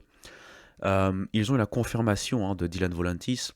Je rappelle, l'année dernière, il était freshman de l'année pour sa première saison en SEC, puisque c'était la première saison en SEC de Texas, et donc lui, c'était sa première année au collège, et donc à Texas. Il était en tant que closer, donc releveur closer, c'était un 94 IRA, je pense que j'en avais parlé au début de saison. Là, on voulait le faire transitionner du côté du starting pitching. Et petit à petit, il s'est imposé comme le numéro 1, l'Ace tout simplement, hein, puisque depuis, je pense, début avril, ce que j'avais vu sur D1 Baseball, il a un IRA de 2, en 76 manches lancées, quelque chose comme ça. Donc il y a lui qui lead un peu cette partie pitching. Il y a des joueurs plus expérimentés comme Sam Cozarts par exemple. Sam Cozarts, c'est quoi? C'est closer, 1,59 d'IRA si je dis pas de bêtises. Euh, donc voilà, il y a du pitching, hein. Ce sont que deux joueurs dont je parle, mais c'est pour un peu représenter le pitching staff qui est encore une fois très très bon du côté de Texas. Et Jim Schlossnagle a réussi à garder une offense qui est quand même très intéressante, highlightée par justement la grosse saison d'Anthony Pack Jr., qui a été d'ailleurs SEC Freshman de l'année. C'est quoi? C'est 16 doubles, 20 bases volées, moyenne à la batte de .353, un slugging percentage de .547. Pas mal, hein, pas mal du tout. Et autour de ça, il y a un peu ce mix entre jeunesse talentueuse et beaucoup plus d'expérience aussi à côté. Donc clairement, Texas a une bonne carte à jouer. Surtout que sur le papier, et ils ont là des regionals les plus, entre guillemets, simples, mais encore une fois, c'est sur le papier. Il faut toujours se méfier. En tête de série numéro 2 dans ce regional, on a UC Santa Barbara de Jackson Flora. Jackson Flora, vous entendrez certainement parler de lui par rapport à la draft, bien entendu. On en a parlé plusieurs fois auparavant, notamment quand j'avais fait des premiers retours par rapport à la draft qui va venir. Jackson Flora, c'est un peu l'héritier entre guillemets de Tyler Bremner. Mais à la différence de Tyler Bremner, je rappelle que la saison dernière, en termes de saison universitaire, c'était un peu décevant. Alors, c'est relatif, mais c'était un peu décevant par rapport à ce dont on attendait de lui. Ça n'a pas empêché ce dernier d'être drafté très très haut par rapport à son potentiel. Et là, Jackson Flora, il a continué à mélanger le potentiel et les résultats au niveau de ce qu'il a fait au niveau de sa saison universitaire. Puisque euh, il a notamment un IRS, si je dis pas de bêtises, de 1.05. Je cherchais son IRS, c'est pour ça que j'ai eu une petite pause, mais c'est bien ça. 1.05. Il est bien sûr top 10 prospect de la prochaine draft, bien entendu. Sur la dernière semaine, par exemple, la dernière semaine de saison régulière, il a réussi 12 strikeouts. Dans le Big West Tournament, je pense qu'il avait fait aussi une belle performance, notamment face à Cal State Fullerton. C'est clairement la star de UC Santa Barbara, et derrière lui, il y a un pitching staff qui est quand même intéressant, solide, mais pas super talentueux. Maintenant, au niveau de l'offense, c'est un peu plus le... Alors, le désert, c'est un peu méchant de dire ça, mais c'est un peu plus compliqué, surtout face à une équipe comme Texas, qui a aussi un pitching staff qui est capable de shut-out des offenses adverses. Donc, je pense que UC Santa Barbara peut bien sûr embêter Texas, hein, ça reste du baseball, mais sur le papier, a moins d'armes comparé aux autres regionals qu'on a comparé quand on a comparé le 1 au numéro 2 par exemple. UC Santa Barbara va devoir d'abord entrer en lice dans ce regional face à Tarleton State. Tarleton State qui a gagné la WAC. Donc ça fait 2 saisons de suite que Grand Canyon ne remporte pas la WAC au passage. Je pense que Tarleton State, c'est leur premier. Je suis en train de réfléchir. Je suis en train de réfléchir. Ouais, c'est ça. C'est leur premier regional dans leur histoire en première division, hein, parce qu'ils ont gagné la WAC. Euh, Ils sont arrivés en fait en WAC, je pense, en 2023. 2022 ou 2023. Vous savez, Tarleton State, en fait, ils étaient en deuxième division. Donc, ils sont arrivés en première division en 2022 ou 2023. Parce que vous savez, quand vous bougez de division 2 à division 1, j'en avais déjà parlé une fois, donc ça, c'est peut-être vous ne vous en rappelez pas, mais pendant 2 saisons, vous êtes inéligible à la classification, ou en tout cas la qualification par rapport à la classification en première division. Ça veut dire que par exemple, si vous gagnez votre conférence dans vos 2 premières années après avoir transité, enfin transféré de la deuxième division à la première division, vous êtes inéligible pour le tournoi national. C'est-à-dire que même si vous remportez votre conférence, vous ne pouvez pas aller au tournoi de conférence. Donc c'est ce qui s'était passé pour Tarleton State en 2024, que je vérifie en fait. En 2024, ils gagnent la WAC. Je pense que c'était leur dernière saison, donc c'était la deuxième saison euh, après leur arrivée en WAC. Ils la gagnent, mais à cause de ça, ils étaient inéligibles, donc ils ne sont pas allés au tournoi national. Cette saison, ils gagnent, ils sont éligibles donc depuis 2025, hein, ils gagnent, et cette fois-ci, ils ont réussi à faire ce qu'il faut pour pouvoir être qualifiés en gagnant donc ce tournoi de WAC. Et d'ailleurs, il faut se rappeler qu'en midweek, je pense que c'était en mars, en midweek, ils avaient battu Texas, hein, au passage. Juste pour en parler, voilà, c'est toujours intéressant d'en parler. Bien sûr, cela c'est une confrontation complètement différente, mais juste pour le dire, ils ont ce résumé avec eux, de dire ah bah dans mon CV j'ai quand même battu Texas et je suis de nouveau confronté potentiellement à Texas en fonction de ce que je vais faire face à UC Santa Barbara. Mais malgré tout, donc UC Santa Barbara, Tarleton State et donc le quatrième c'est Holy Cross. Holy Cross, je pense que la saison dernière déjà s'était qualifié. Ils nous viennent de la Patriot League, hein, ils ont encore gagné le tournoi de Patriot League. Ils ont battu notamment Army. Holy Cross, je pense que c'est donc la première fois qu'ils font un back-to-back en termes de qualification depuis les années 60. Donc c'est à noter. C'est pas une équipe que je connais, donc je peux pas vous en parler plus que ça, mais clairement pour moi Texas sort victorieux de son regional. Et on peut passer du coup au suivant. Le regional suivant, c'est du côté d'Alabama, hein, Tuscaloosa. Alabama, encore une fois, très bonne saison, hein, tout simplement. Euh, Ils ont enfin réussi à mêler une rotation très bonne à une offense très très forte. Euh, c'est clairement ce sur quoi on voulait arriver du côté d'Alabama, hein, depuis le recrutement, hein, de Rob Vaughn. Euh, il a enfin réussi à faire ce qu'il essayait de faire du côté de Maryland, hein. Je vous rappelle, Maryland a dominé sous Rob Vaughn, hein, la Big Ten comme rarement. Ça a été 2 saisons intenses.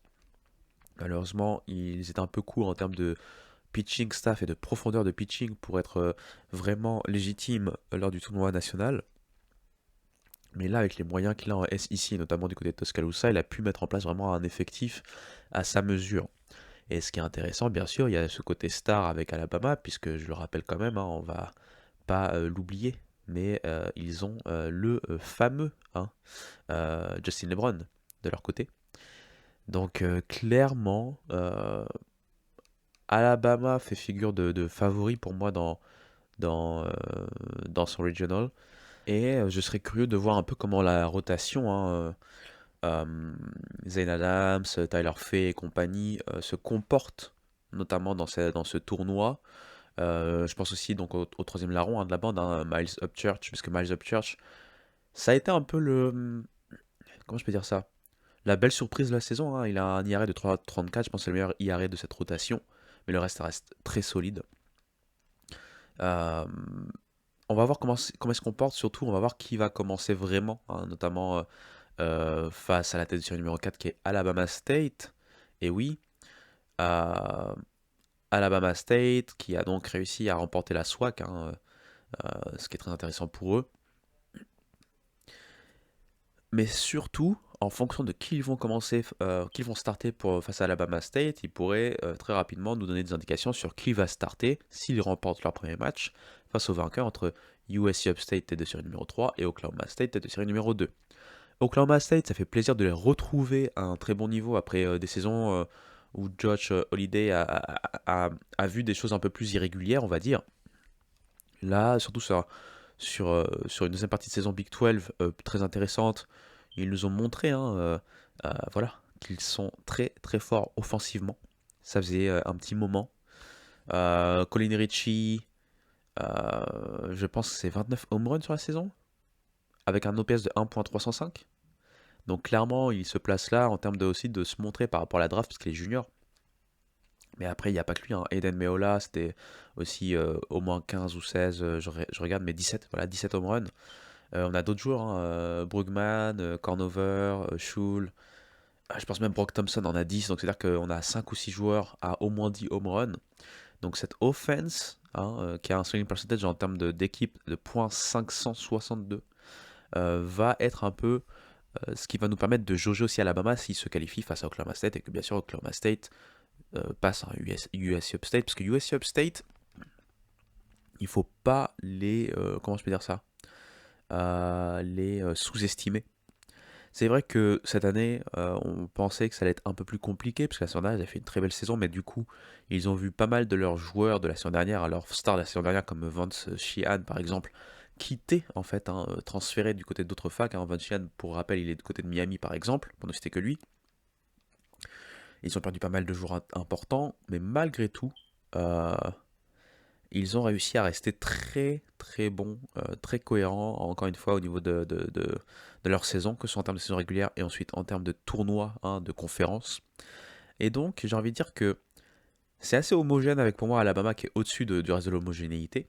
Je dirais que bien sûr, Alabama State paraît un peu en dessous, mais pour moi, Oklahoma State doit se méfier de USC Upstate. Cela dit, Oklahoma State, comme j'ai dit, avec cette offense tout feu tout flamme, pourrait poser beaucoup de problèmes à Alabama, si bien sûr il passe. Et du coup, je suis en train de me poser une question, surtout par rapport au pédigré de Rob Vaughn, parce que le pauvre, dès que c'est du tournoi national, que ce soit avec Maryland ou même Alabama, les précédents résultats ont été décevants. Donc est-ce que je vais sur cette trend où je lui donne un peu cette malchance qu'il a chronique, et donc ils font rien, et du coup je ferai passer un Oklahoma State victorieux de cette conférence. Je réfléchis. Euh, c'est pas facile, hein. C'est pas facile du tout. Parce que le problème d'Oklahoma State pour moi, c'est plutôt au niveau du pitching. C'est pas, euh, c'est pas incroyable. Alors que pour le coup, Alabama, c'est quand même très solide. Euh, c'est pas facile, hein. Allez, je tente la cote, je vais dire Oklahoma State passe dans cette poule. Et on va finir notre top 8 sur le top 16. Donc notre top 8 des équipes hautes et donc des Regionals, avec les Regionals de Gainesville. Et donc bien sûr l'équipe haute, c'est Florida. Florida, il y a beaucoup de talent, tout simplement. Euh, c'est une équipe qui peut faire feu de tout flamme, encore une fois, au niveau offensif. Brendan Lawson, bien sûr, c'est la tête d'affiche. Mais après, il y a beaucoup de. Comment je peux dire ça? Il y a beaucoup d'expérience. Il y a Blake Sear, l'ancien de Miami. Et c'est marrant parce qu'il va retrouver Miami d'ailleurs dans ce regional en confrontation. Il y a Kate Kurland, bien entendu. Et puis, il y a des joueurs voilà, offensivement qui sont très très forts. Je peux penser à Kaden McDonald, je peux penser à Landon Stripling. Il y a Aiden Yost aussi qui a eu un mois de mai assez incandescent. 4 home runs, 22 points produits, 407, 484, 704 en termes de moyenne à la batte, OBP, SLG. Voilà. Euh, ça a été impressionnant. Je pense même qu'il y a un OPS 1.420, quelque chose comme ça. Enfin, en gros, l'offense de Florida fait peur. Le pitching staff est plutôt intéressant, solide à défaut d'être incroyable. Euh, et surtout, ils sont sur un run très intéressant, puisqu'ils ont fini la saison régulière en termes de SEC en gagnant chacune des 3 séries qui leur restaient. Et ensuite, euh, ils ont remporté 2 matchs lors du tournoi de conférence. Ils sont allés en demi-finale, si je ne dis pas de bêtises. Et donc, c'est un groupe qui vit bien, qui est en pleine confiance au moment où on parle. Et Kevin O'Sullivan a clairement les outils pour faire un nouveau run du côté de Omaha. Mais attention, puisque bien sûr, dans ce regional, Eh bien, puisque Miami a été sélectionné, Miami en fait forcément partie. C'était la seule route possible. Donc, rival de conférence, cette saison, Florida s'en est bien sorti lors des match-ups, hein, que ce soit face à Miami ou Florida State d'ailleurs, puisqu'ils les ont toutes remportées. Mais Miami, alors attention, on a bien sûr Daniel Couvet, hein, l'un des meilleurs joueurs de la nation, un joueur dont on va entendre parler par rapport à la draft, bien entendu. Euh, Oh, attention. En fait, j'ai en train de parler de Daniel Couvet, mais apparemment, il est blessé. Parce que voilà, j'avais des un baseball pour Miami, j'ai des un baseball qui est toujours ouvert, je suis toujours sur la page de Miami, donc pour être honnête. Et en fait, je lisais là, il y a écrit je traduis, avec la nouvelle que Couvet va louper le Regional de Gainesville. Aïe aïe aïe. Du coup, est-ce que ça me fait revoir mon jugement? Bah, c'est quand même une grosse partie de votre offense qui est éliminée avec un joueur comme Daniel Couvet. Ils n'ont pas que Daniel Couvet, bien entendu. Ils ont Gabriel Milano qui est sur une très belle saison freshman d'ailleurs, hein, et qui va devoir continuer de montrer des choses, hein. Euh, mais du coup, l'offense va s'en ressentir. Le pitching staff est solide à défaut d'être incroyable. Ah, ça va pas être si simple que ça pour Miami, mais ils sont là. Donc attention à Florida, c'est toujours aussi de la rivalité. Donc dans les matchs de rivalité, ça peut se passer. Voilà, tout peut se passer. Surtout, les têtes de série 3 et 4 sont très intéressantes. On a Troy tout d'abord. Troy, c'est très intéressant parce que c'est une des 5 équipes de Sunbelt qui a réussi à passer, une des 4 équipes qui passent grâce à l'attelage. Et quand on regarde leur bilan au global, c'est 32 victoires, 29 défaites. Mais ils ont réussi à aller jusqu'aux demi-finales déjà du tournoi de Sunbelt, ce qui leur a permis, avec toutes les métriques, de s'en sortir, puisque ils avaient le 8e plus fort calendrier, on va dire, au niveau national. C'est-à-dire qu'au niveau de la nation, leur force de calendrier, c'était le 8e. C'est-à-dire que c'était un des calendriers les plus durs de la nation. Et ils ont bien fait de faire ça. C'est un move que fait Xavier chaque année, mais avec très peu de réussite, parce qu'eux, ils sont souvent négatifs. Mais ils ont réussi à rester en positif. Troy, pour le coup, malgré avoir fait des séries hors conférence face à Mercer. Mercer, on en a parlé, c'est l'un des grands déçus. 28e RPI de la nation face à Campbell, 60e RP de la nation, Maryland, 85e RP de la nation. Et après, en termes de midweek, ils ont joué face à Mississippi State, 13e de la nation, Georgia 2 fois, 7e de la nation, Alabama, 6e RP de la nation 2 fois. Et surtout, ils ont réussi, grâce à un gros mois de mai, à débloquer cette tendance qui a fait que ça a été beaucoup moins difficile pour le comité de sélection de les sélectionner. Donc attention, c'est une équipe qui est en ce moment en très bonne forme, sur un gros momentum, et qui a aussi réussi à se battle tested, on va dire, tout au long de la saison avec un calendrier exceptionnellement dur. Et la tête sur le numéro 4, c'est Ryder. Et Ryder, alors, c'est forcément pas la plus grosse équipe, hein, mais c'est une équipe qui, défensivement, est très très forte. Je pense que c'est la 11e équipe en termes de double play réussi de la nation. Je pense que 94% de leurs double play sont réussis cette saison au niveau national. C'est clairement sur la défense que Ryder va se baser pour pouvoir essayer de faire des upsets. Et ça va être pas facile pour Florida. C'est-à-dire le premier match, hein, Florida Ryder. Tandis que Miami, excusez-moi, va devoir se débarrasser de Troy. Ça va pas être simple du tout. Mais du coup, ce regional n'est pas si simple que ça pour Florida. Je les vois quand même passer, je les mettrai vainqueurs de ce regional. Mais c'est pas si simple que ça. En tête de série numéro 9, donc là on passe de l'autre côté du miroir, hein, c'est-à-dire que là ça serait le vainqueur de ce regional rencontrerait Florida. On a donc Southern Miss qui host un regional, ce qui montre la bonne forme encore une fois de la Sunbelt, hein, puisque c'est une des autres équipes qualifiées du côté de la Sunbelt. Ils ont un pitching staff qui est très très fort. Je pense que c'est l'un des meilleurs pitching staff de la nation, tout simplement. C'est clairement là-dessus qu'ils vont se baser, hein, puisque de tout temps, même quand ils étaient encore en conférence USA, on les a souvent connus en étant une équipe qui pitchait très bien, à défaut d'avoir une très forte offense. C'est clairement là-dessus dont ils vont se baser pour pouvoir réussir à s'en sortir. Ils ont des joueurs comme Colby Allen, Camden Sumstrom, pour ne nommer que Graydon Harris, bien entendu. Ça va être des joueurs qu'ils vont mettre à pleine contribution pour pouvoir réussir à sortir de leur regional. Parce que dans leur regional, attention, il y a du très lourd. Alors, en tête de série numéro 2, dans ce regional, on a UVA.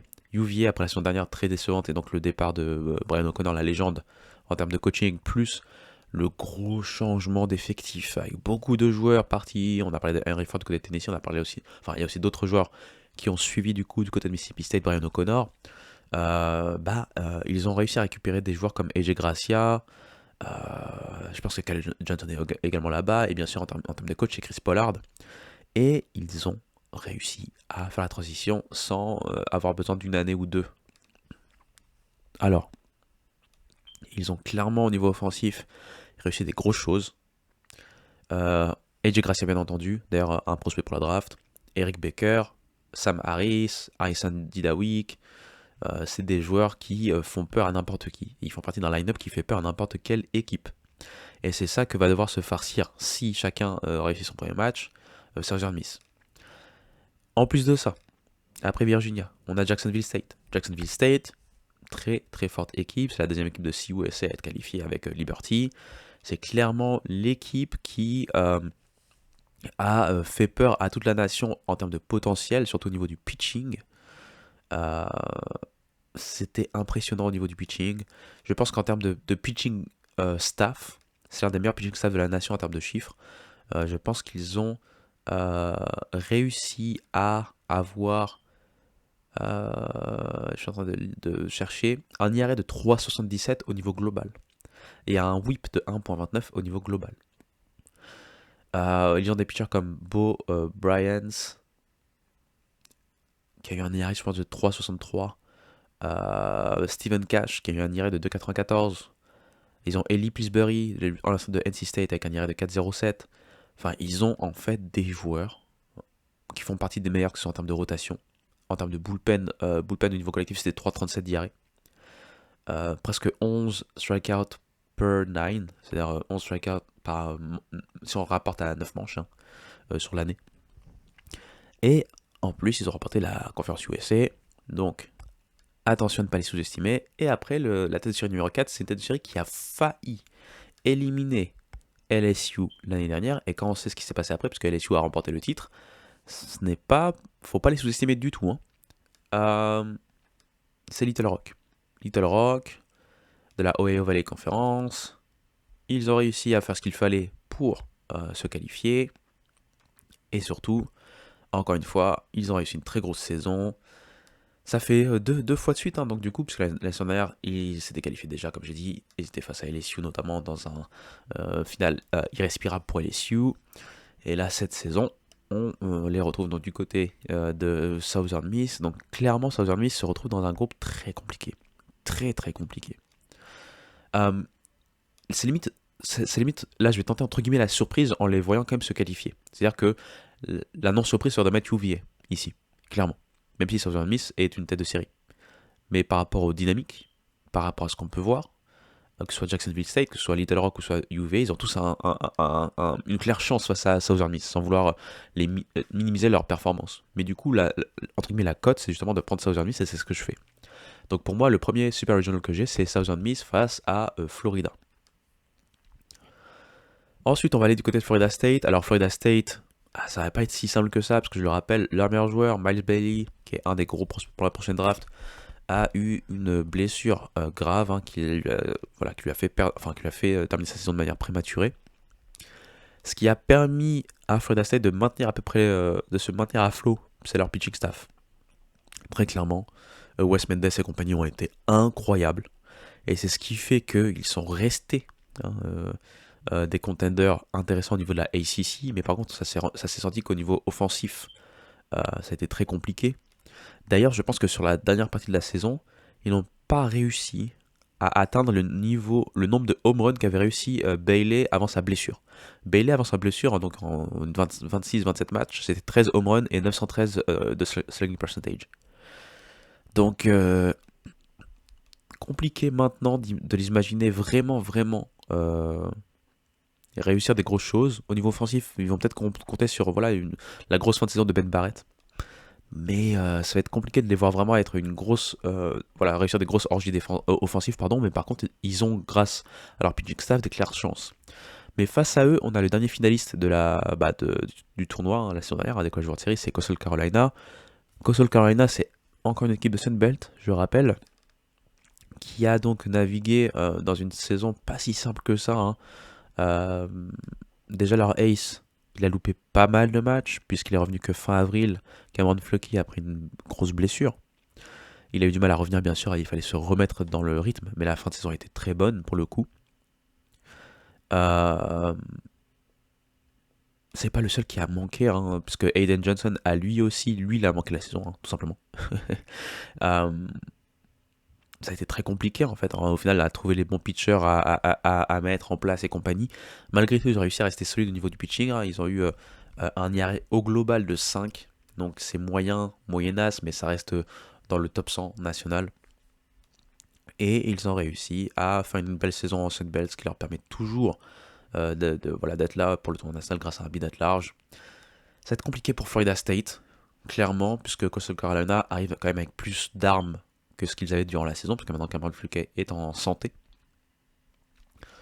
Euh, et surtout, ce qui me fait peur, c'est clairement le manque d'assurance offensive du côté de Florida State.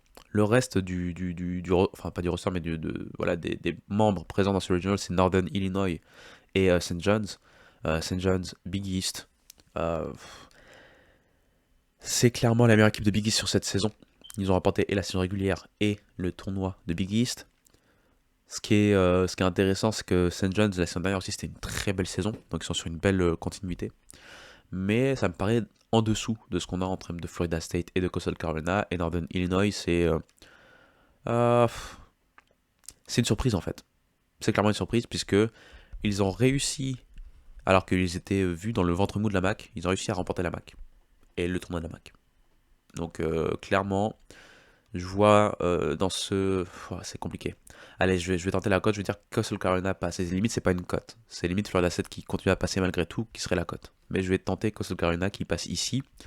Ce qui nous ferait un super regional entre Coastal Carolina et Alabama. C'est Alabama que j'ai pris dans le... Non, c'est Oklahoma State que j'ai pris actuellement. Donc ça serait Oklahoma State contre Coastal Carolina dans ce super regional. Et donc, je rappelle Southern Miss contre Florida dans l'autre super regional. Alors on va aller. Alors là, voilà. Là aussi, c'est un problème de classification. On a un regional, donc du côté d'Oregon. C'est mérité pour Oregon, hein. Oregon, très très très très bonne saison. Alors, avec Nebraska, UCLA, grosse domination en Big Ten, hein, et puis USC à un degré un peu moindre. Tête de série numéro 11.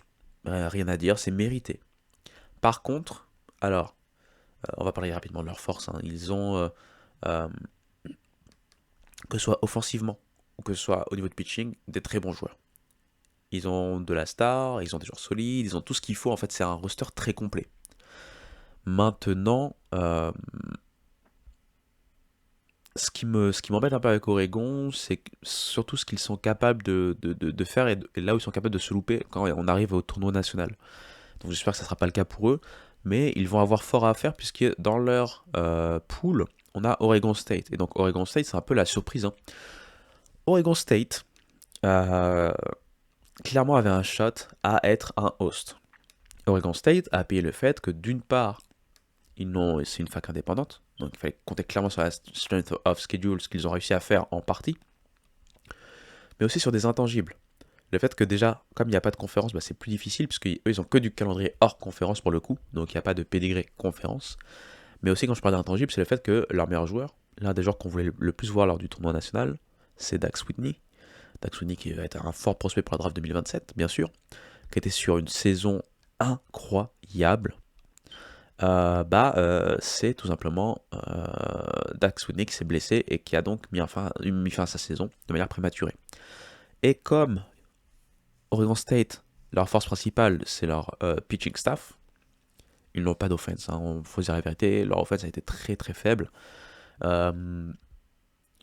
Il y a cette impression que le comité de sélection a donc décidé de vraiment prendre un West Virginia ou un Kansas over Oregon State à cause de ce genre d'intangible. Donc c'est un peu bâtard pour Oregon State parce que leur saison, ça les met pas aussi bas que de devoir se retrouver dans un regional à Eugene, si ça fait sens ce que je dis. Mais bon, ça fait partie du jeu. En tout cas, ils vont devoir se battre face à Oregon s'ils arrivent à réussir à se dépatouiller, hein, de Washington State. Washington State qui a été une des très belles surprises de la saison. très clairement une équipe, moi j'attendais rien du côté de Washington State, mais ils ont réussi à être très très bons cette saison, très forts, que ce soit défensivement, que ce soit offensivement. Même au niveau de pitching, ça a été pas super fort mais solide. Ils ont clairement surpris, et donc attention à Oregon State de ne pas se faire éliminer prématurément, puisque Washington State fait partie de cette poule, et après le quatrième c'est Yale. Yale, c'est un peu la Cendrillon un peu l'une des Cendrillons de ce tournoi. Depuis avril, ils sont sur un run incroyable, notamment en Ivy League. Je pense qu'ils ont littéralement marché sur la Ivy League, et c'est pourquoi on les retrouve là. Et ils ont notamment gagné le tournoi d'Ivy League face à des équipes qu'on pouvait un peu plus attendre, comme Columbia par exemple. C'est tout à leur honneur. Pour le coup, je ne les vois pas forcément être vraiment un gros problème pour le reste de la poule. Mais Oregon devra faire attention à Oregon State, bien entendu. Je vois malgré tout Oregon passer. Ce qui nous ferait un super regional entre Oregon et Texas. On va passer à College Station, donc Texas A&M. Texas A&M va retrouver une des autres équipes un peu déçues de ne pas pouvoir être haute, c'est USC. USC, ils ont pas, voilà, c'est ça un peu le risque, quand vous n'êtes pas haute malgré une grosse saison, le risque c'est de vous retrouver dans des regionals où d'un coup vous devez jouer un peu votre tête face à des grosses équipes. Texas A&M, l'une des plus grosses équipes offensives de la nation, très simplement.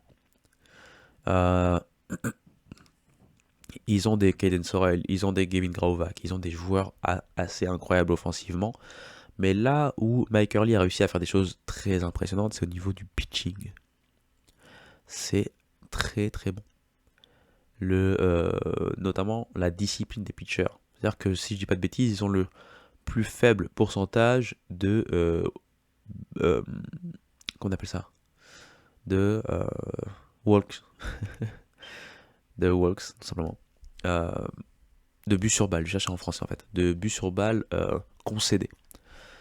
Et cette grosse discipline, plus le fait qu'ils ont réussi à limiter les opposants en termes de moyenne à la batte à peu près 25-26% de mémoire, fait que c'est une équipe qui est très difficile à battre, puisque après l'offense est là pour vous enfoncer. Donc on va retrouver dans ce regional USC.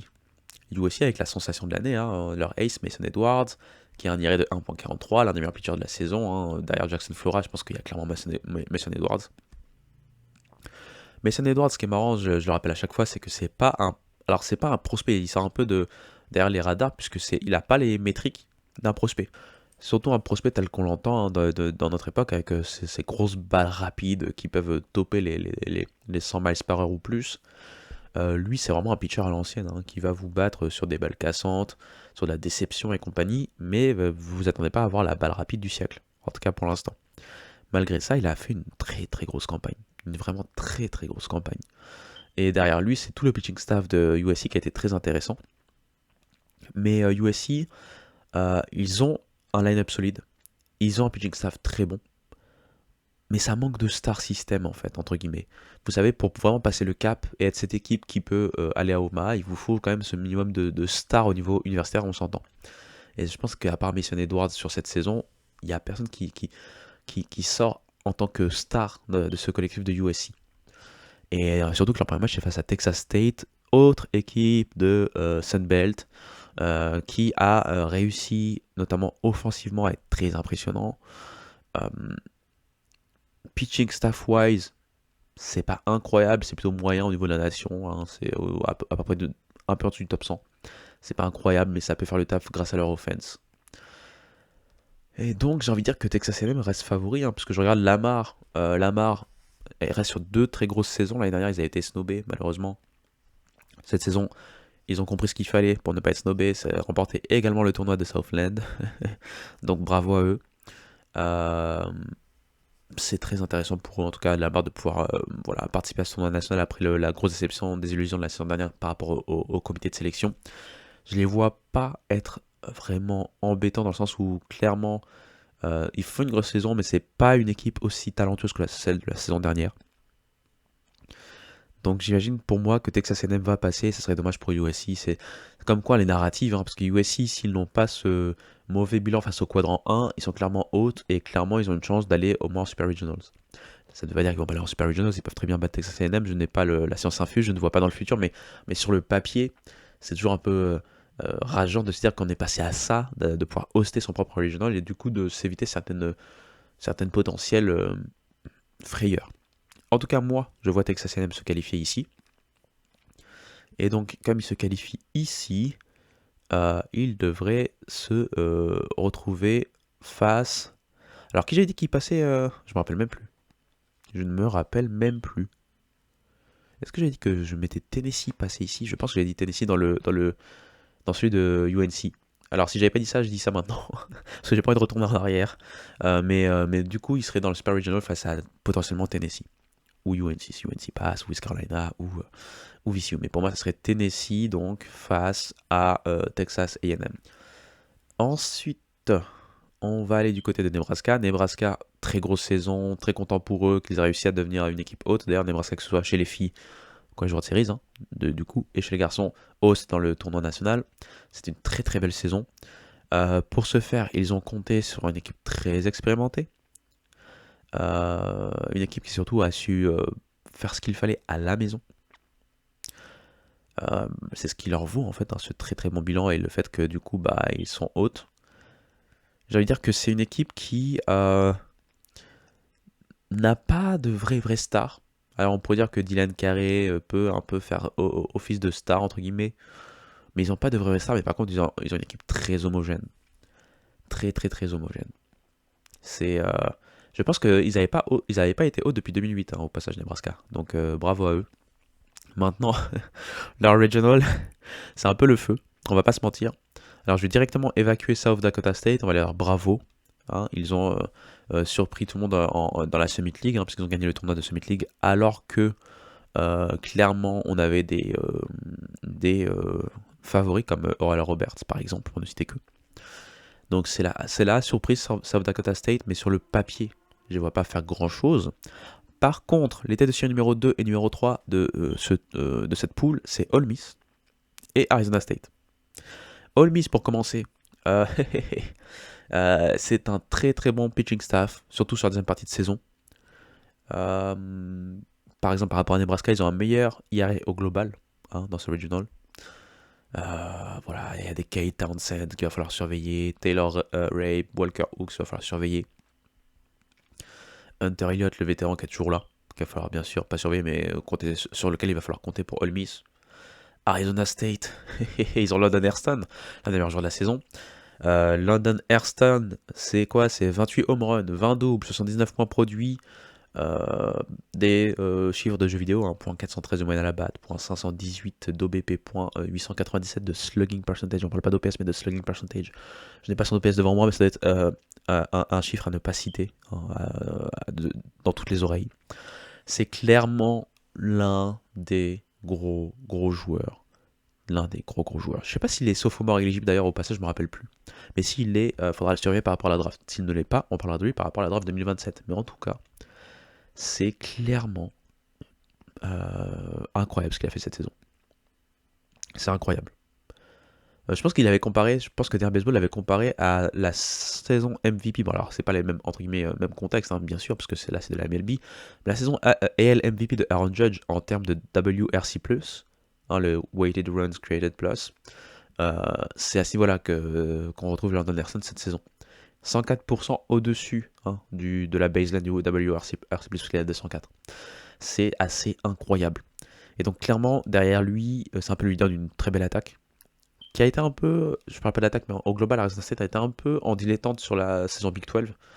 Pas mauvaise, mais pas exceptionnelle. Maintenant, sur un tournoi resserré comme ça, ils sont très dangereux. Et moi, je vais dire que je vois Arizona State passer.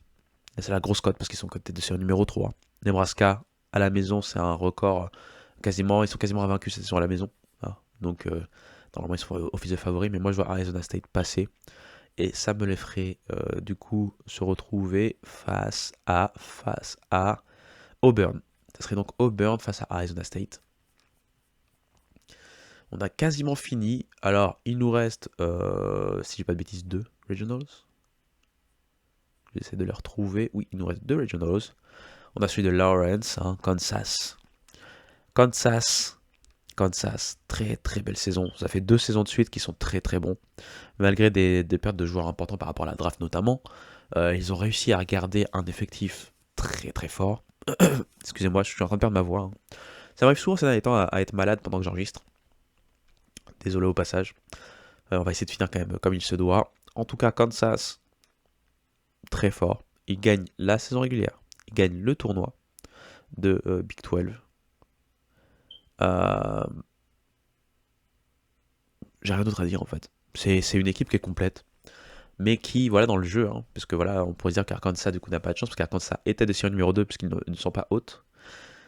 Mais dans leur chance d'être host, hein, Arkansas, ils se retrouvent quand même face à Arkansas, tête de série numéro 2, comme je dis, avec l'un des meilleurs catchers, parce qu'on est vraiment dans la thématique des catchers cette saison, encore une fois, hein, l'un des meilleurs catchers de la nation, Ryder Elfrick. Euh,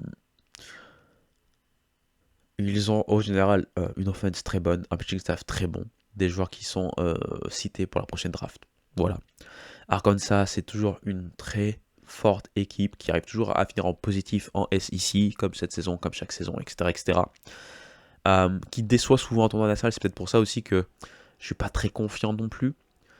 Mais s'il y a une équipe qui peut déloger Kansas, c'est Arkansas dans cette poule qui est d'ailleurs très intéressante, hein, parce que il ne faudra pas mésestimer ou sous-estimer Missouri State, tête de série numéro 3, qui gagne sa conférence, qui a une équipe qui offensivement est très très forte, l'une des meilleures de la nation, je pense, en termes de home run.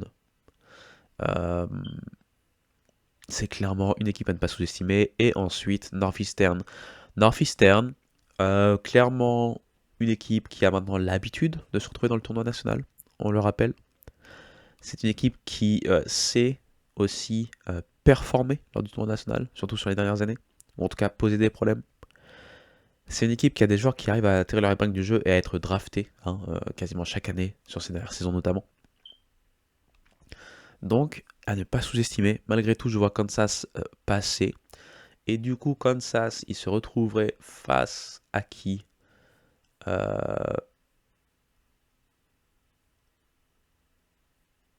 Kansas. Kansas, ça serait face à Georgia Tech. Ouais, face à Georgia Tech. Et donc UCLA, on va le faire vite celui-là. UCLA se retrouverait donc face à Original de Morgantown. Et donc c'est West Virginia. West Virginia qui va se retrouver face à Wake Forest et Kentucky et Binghamton. Donc Binghamton pour moi c'est le petit poussé. Je connais pas assez. Ils ont gagné la America East, bravo à eux, mais je pense pas qu'ils seront vraiment très compliqués. West Virginia termine deuxième partout en Big 12, enfin deuxième en saison régulière et deuxième parce qu'ils perdent la finale face à Kansas. C'est une équipe qui continue à impressionner sur ces 2-3 dernières saisons. Des joueurs qui, au niveau offensif, par exemple, comme Gavin Kelly, encore un autre catcher, font des très belles saisons. Lui, c'est 13 home runs, 48 points produits, 16 doubles, notamment un OPS de 1.160. Et surtout un très bon joueur, enfin un catcher défensif. C'est une équipe aussi en termes de pitching staff qui est très solide, mais qui va devoir se battre face à d'autres pitching staff s'ils se qualifient. Je pense notamment à celui de Wake Forest, avec notamment Chris Lemonas.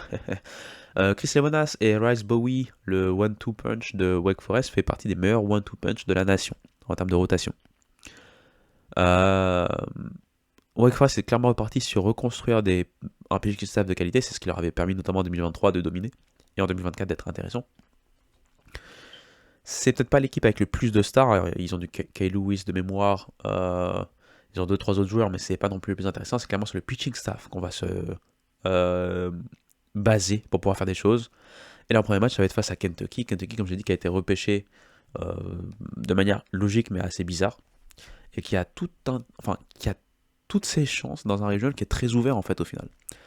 Kentucky n'est pas inférieur sur le papier à Wake Forest ou à West Virginia. Donc c'est très difficile à pronostiquer. Moi, je dirais que dans ce regional, Je suis en train de réfléchir. Je suis en train de réfléchir. Je vois quand même West Virginia passer. Donc ça serait West Virginia UCLA. Et en fait, et c'est ça la beauté du direct, je me suis rendu compte que j'ai oublié, je me disais bien qu'il me manquait un truc. J'ai oublié un regional, hein, j'en avais fait que 15. Il m'a manqué celui de la tête de série numéro 14, donc faisons-le maintenant, désolé. C'est celui du côté de Starkville, donc Mississippi State, qui prend un peu la place de Arkansas, on se rappelle.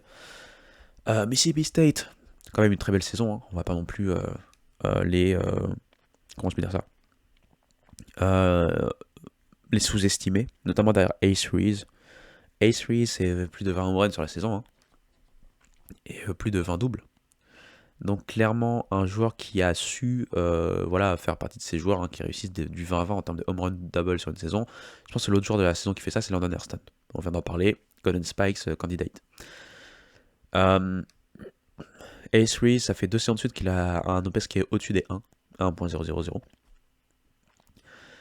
Et il un peu highlight cette offense très intéressante du côté de Mississippi State. Maintenant, le pitching staff a été solide à défaut d'être incroyable. Mais j'ai l'impression que Mississippi State a toutes les cartes en main pour en plus être dans un regional, malgré sa tête de série assez basse, un regional qui est assez abordable. Alors, il ne faut pas sous-estimer Cincinnati. Cincinnati, ils sont très très bons. Ils ont des joueurs au niveau offensif qui peuvent faire des choses, déjà des freshmen. Je pense à Quinton Coates notamment. Alors, il n'est pas freshman, il est sophomore, mais je veux dire des jeunes. Hein. Sophomore. Je pense que cette saison, il a 20 et quelques home runs, hein, si j'ai pas de bêtises. Ouais, 28 home runs. L'un des plus gros frappeurs de home run de la nation, tout simplement. Clairement, Cincinnati, au niveau offensif, peut faire peur à n'importe qui dans cette poule. On a notre autre équipe, et certainement la dernière équipe dont je vais parler du côté de la Sun Belt, c'est Louisiana. Louisiana, ils m'ont fait peur à un moment, je pensais qu'ils n'allaient pas s'en sortir. Mais Louisiana s'est qualifié grâce notamment à une très belle saison de leur pitcher. Hein. Je pense à Andrew Herman, je pense à Ty Roman également. Donc un pitching staff très intéressant. Une offense qui a su voilà, se montrer à certains moments de la saison. Ça a été un peu irrégulier, un peu streaky. Mais clairement, Louisiana n'a rien à envier pour moi à Cincinnati. Et Cincinnati n'est pas si loin que ça de Mississippi State en termes de ce qui pourrait faire peur pour Mississippi State. Et en plus de ça, on a le vainqueur de la ASUN, hein, Lipscomb, qui n'est pas à sous-estimer, parce que Lipscomb, je rappelle que chaque année en midweek, ils se battent notamment face à cette équipe SEC. Hein. Ils se battent face à ce qui se fait de mieux, donc ils ont souvent des calendriers assez importants grâce à leur hors-conférence. C'est pas une équipe que je connais beaucoup, je les vois sur les matchs notamment de midweek hors-conférence quand ils se battent face à des SEC, mais je ne rappelle pas tous les joueurs. Je pense qu'ils ont Cam Pruitt qui est connu, si je dis pas de bêtises. C'est le seul joueur dont je peux me rappeler. Mais c'est une équipe qu'il ne faudra pas sous-estimer. Malgré tout, je vois Mississippi State passer. Et donc, du coup, c'est ça qui me manquait, hein, bien sûr. Il me manquait qui mettre en face de Georgia. Georgia était de série numéro 3, donc face à la tête de série numéro 14. Et comme je dis Mississippi State, ça serait donc un Super Regional 100% SEC. Voilou. J'espère que ça a été pas trop compliqué à suivre, surtout sur la fin, parce que là, je perds complètement ma voix et mon nez et mes moyens. Mais je vais rappeler pour finir hein, mes Super Regionals. Hein. Donc du coup, j'aurai UCLA face à West Virginia. J'aurai Kansas face à Georgia Tech. J'aurai Georgia face à Mississippi State. J'aurai ensuite Auburn. On l'a dit, c'est face à qui Auburn? J'oublie déjà, hein, c'est incroyable. Vous compléterez les trous pour moi. Auburn.